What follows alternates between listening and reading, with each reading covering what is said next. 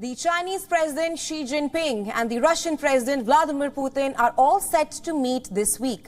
They will discuss the war in Ukraine and other international and regional topics as the two leaders gather in Uzbekistan at the meeting of the Shanghai Cooperation Organization.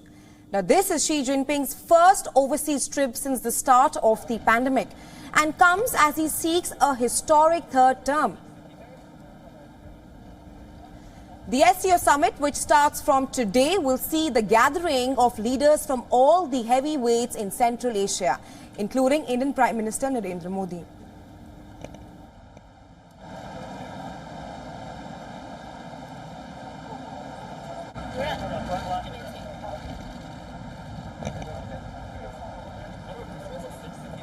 The Kremlin said that while Putin was set to meet other leaders, his meeting with Xi Jinping was of particular importance and occurring against the backdrop of large-scale political change. Russia's relations with the West are at rock bottom as of now. And China's relation with the West too has soured recently, following tensions over self-ruled Taiwan. Now, the two leaders last met at the Winter Olympics in Beijing this year. Following that meeting, the two countries had said that their friendship between them had no limits. Russia invaded Ukraine days later, an action that China has neither condemned nor voiced support for. Since then, Moscow and Beijing have been actively strengthening their ties. China is not a part of the international sanctions against Russia. The trade between the two countries have continued to grow, with Chinese imports of Russian oil soaring since the invasion. China and Russia have long sought to position the SCO, founded in 2001, as an alternative to Western multilateral groups.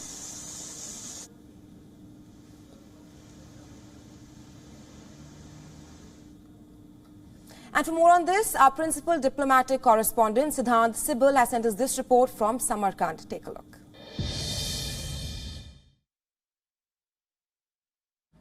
Uzbekistan's cultural capital, Samarkand, is all set to host the SCO Summit. It will be hosting 14 world leaders, and the host, that means 15 world leaders, including the Russian President Vladimir Putin, the Chinese President Xi Jinping. Now, the Russian President Vladimir Putin see the entire grouping as a grouping that is full of friends, to use the word, given that it has close ties with China, with India, with Central Asian countries, and perhaps an alternative to the West, even as the West is keen on isolating and sanctioning Russian President Vladimir Putin in the backdrop of the Ukraine conflict. Now, we know that the Russian president is going to have a number of bilaterals with the Chinese President Xi Jinping, with the Indian Prime Minister Narendra Modi, with the Pakistani Prime Minister Shehbaz Sharif, so whole host of leaders. And while the West is keen on isolating President Putin will be keen on showing that he is embracing and engaging with Asian giants